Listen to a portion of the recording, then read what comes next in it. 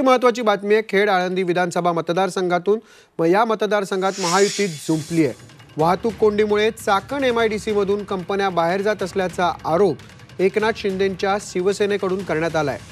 मतदारसंघातील समस्या कायम असून विकास झाला नसल्याचा आरोप अक्षय जाधव यांनी केलाय। तर चाकण इंडस्ट्रियल फेडरेशनचे सचिन दिलीप बटवाल हे अक्षय जाधव यांचे नातेवाईक आहेत आणि त्यामुळेच त्यांच्याकडून हे आरोप करण्यात येत असल्याचा पलटवार आमदार मोहिते पाटलांनी केलाय।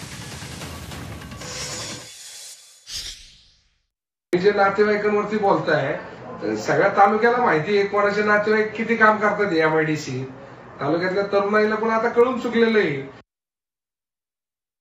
चुकीच्या समस्येमुळे इथली इंडस्ट्री बंद होऊ लागली अशा प्रकारचा जो प्रचार केला जातो त्याच्या मागचं दुसरं काही एक कारण आहे की आता आमदारकीच्या रेसमध्ये असणारे अक्षय जाधव यांचे बटवाले हे मेहुणे केवळ राजकारण डोळ्यासमोर ठेवून बटवालांनी अशा प्रकारचं वक्तव्य केलं।